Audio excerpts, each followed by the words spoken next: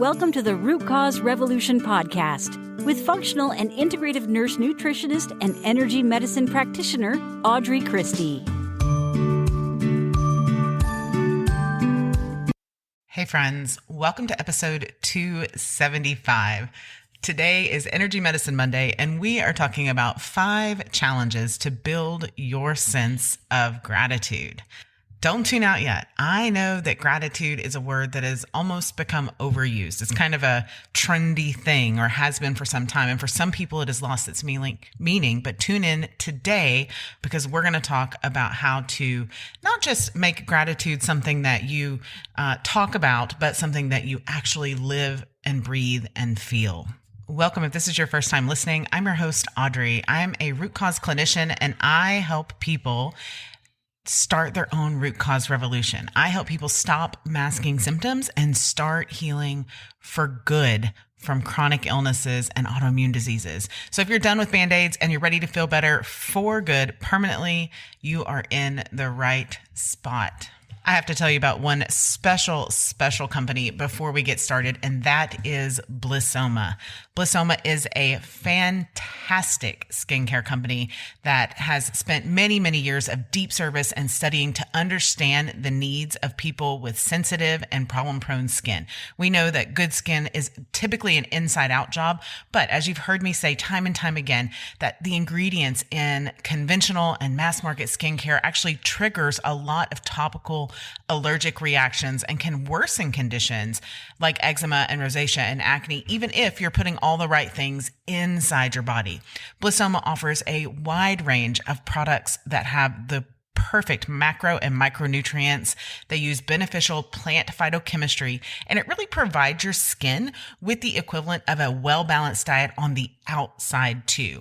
They offer holistic skin consultations with a Blissoma esthetician, and it's offered absolutely free to help you find the exact right combination of products that will help with what your skin needs. Our friends at Blissoma have offered my listeners a 30% off coupon with coupon code ROOTCAUSE. You can find the link and the coupon code right in the show notes on whatever app you're listening to this podcast on. Be sure and take advantage of that. It is 30% off of trial and travel size kits.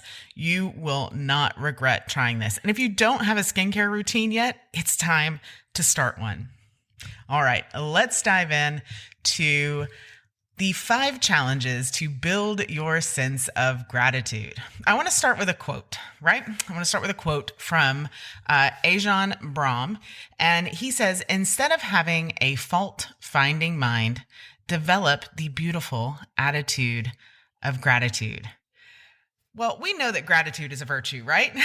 It's not that I disagree, even though it sounds kind of tongue-in-cheek. I don't disagree. I think you know by now, because I've spoken about my 14-year-long gratitude practice and how it spans tons of journals and travels and life's up and downs.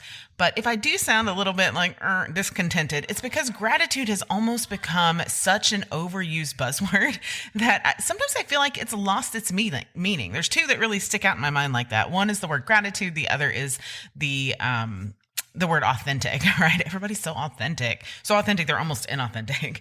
But for me, honestly, the meaning of gratitude is still deep and true and life-changing.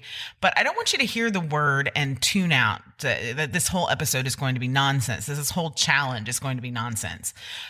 So today for Energy Medicine Monday, I'm going to issue you 5 challenges to help build your innate sense of gratitude. You can try them all this week if you want, but you know I'm a fan of implementing things a little bit at a time. So you can play along with us. I'll be talking about each one of these challenges every Monday on Instagram or in my free private Facebook group, the Women's Wellness Circle. You can find links to both of those in the show notes here.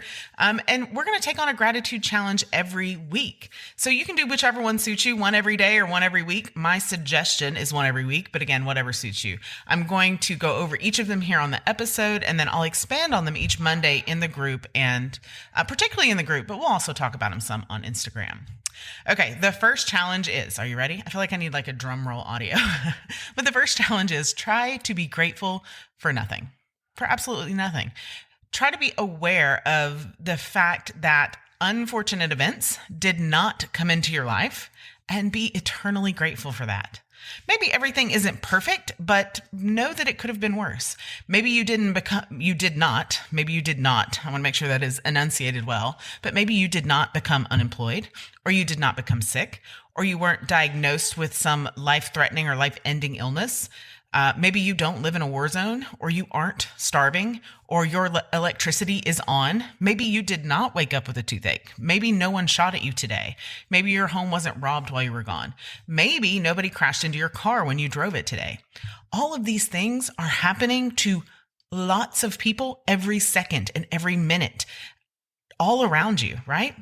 Maybe you can be grateful for nothing, like you just took a breath, right? Something that happens automatically. You just took a breath, and another one, and another one. So that's challenge 1. Try to be grateful for nothing. You'll find the secret to that is that everything is something to be grateful for, right? All right. Challenge number 2 is to appreciate irritating people. And I probably should have like put this one at the end, because I feel like, for me anyways, it's the hardest. It's the hardest one. Now, my rational mind can sit and be grateful for somebody who is irritating me, but oftentimes I, like many of you, I'm sure, can get wrapped up in like just the grind of an irritating person that I have to be around. And so this one can really be a tough one. There are many lessons in different spiritual texts and religious texts about irritating people. Just a few. The Bible says to remember that just as someone is irritating you, obviously I'm paraphrasing here, but the gist of the message is that just because someone is irritating you, you are irritating to someone else, and that neither of you being irritated is more important than the other one, is more significant than the other, right? Atisha, a Buddhist sage, famously taught to, quote, be grateful for everyone, end quote. And he was specifically talking about those people who are highly irritating and bring out the worst in the people around them. Now, the lesson in that is appreciating the difficult or irritating people, because that is how you grow and develop. It's an opportunity to grow patience, to grow exertion, to grow mindfulness, to grow loving kindness, to grow compassion. And that's just a few things, right? Those are just the obvious things that you can grow in. And so you might have a situation where the same type of irritating person or the same irritating person shows up over and over and over again, right? Or the same issue over and over and over again, and is tied to a person. And maybe it's something that you blow up at your kid or your spouse about, and it's that same issue that happens over and over and over again. Have you ever heard yourself saying like, I can't believe we're having to get into this again. This is pissing me off for the 15th time today, this week, this month, this year, right? We've all said it. Now, the lesson there for you to learn, for me to learn, for us all to learn, and once you learn it, but there's a lesson there for you to learn. And once you learn it, that issue will go away, but you'll be freed from it. But here's a hint. The appreciation has to happen first, right? It's kind of like the stages of grieving. It's the stages of gratitude and getting rid of irritating people, letting the universe, God, whatever it is for you, know that you have learned your lesson and you're ready to be freed from whatever that is. Okay. Challenge number 3 is to be highly responsive to kindness received. Now, in this day and age, it's easy for us to be so busy, to be so centered on ourselves that we barely notice that when kindness is received, or we notice it, but it barely elicits a lingering feeling of gratitude. So for challenge 3, your goal is to simply treasure people. Treasure people when they do something kind for you, even if it's super small, even if it's somebody just holding the door open for you, even if you didn't have your hands full and they were just kindly doing it. So when you find those things this week, treasure them, treasure the people, treasure what people do for you or for people around you or for the earth or for whatever it might be. Treasure those people, treasure that kindness, be highly responsive and highly thankful for the kindness around you. Now, challenge number 4, this is one that'll also probably irk you a little bit. Notice if it prickles up your energy, but look for the silver lining. That's your job for challenge 4. And I can hear it already, like, But Audrey, I mean, that's a bit much, right? Like the silver lining and everything. But yes, challenge 4 is to train yourself to see the positive in the midst of what might be considered negative, even if you have to hunt for it. And even if you have to hunt for it a lot for a long time, right? It won't take you long, but you will soon recognize that there is something positive in everything, even the worst circumstances. And you'll be able to find gratitude in those circumstances. Every circumstance, every issue, no matter how complex, no matter how challenging, frustrating, whatever it is, contains a positive aspect. It might be small. It might just be the tiniest positive seed, if you will, a mustard seed, if you will. But that positive seed can and should be nurtured, right? And then you'll find the silver lining. Now, lastly, but certainly not least, challenge 5 is to expand your mindfulness. Now, if you had to make a gratitude list right now, if I just said you do it right now, how many things would be on it? You know, I've talked ad nauseum, right, about my daily practice of writing down 10 things that I'm thankful for in my journal. Sometimes it's more than that. Sometimes it's a little bit less than that. I try to do things that are outside of the normal things, but there are days when I just plain don't feel grateful. And it might be that my gratitude list might be that I woke up this morning and that the sun rose again, right? Like that I was breathing and that I had food on the table. Okay. Now that isn't a daily practice, but if you don't have that practice, what if you were to just start writing things you're grateful for? How far would you get? Would it be 3 things, 5, 30, 100, 1,000, more than that? It'd be neat to try to figure it out, right? Most people include things when you ask them that question, like health and breath and waking up and roofs over their heads and foods in the fridge and safe places to sleep and clean water and et cetera. And all of those things are very, very important to be grateful for. But what about the other things? What about the other things? It wouldn't take you long to get through all of those regular things, right? What about things like the smell of rain, right? What about deep belly laughs, sunrises and sunsets with that brilliant display of colors? What about that morning cup of coffee that hits just right? If you know, you know, right? My organic reishi spore coffee. Oh my goodness. What about the chill of a fall morning?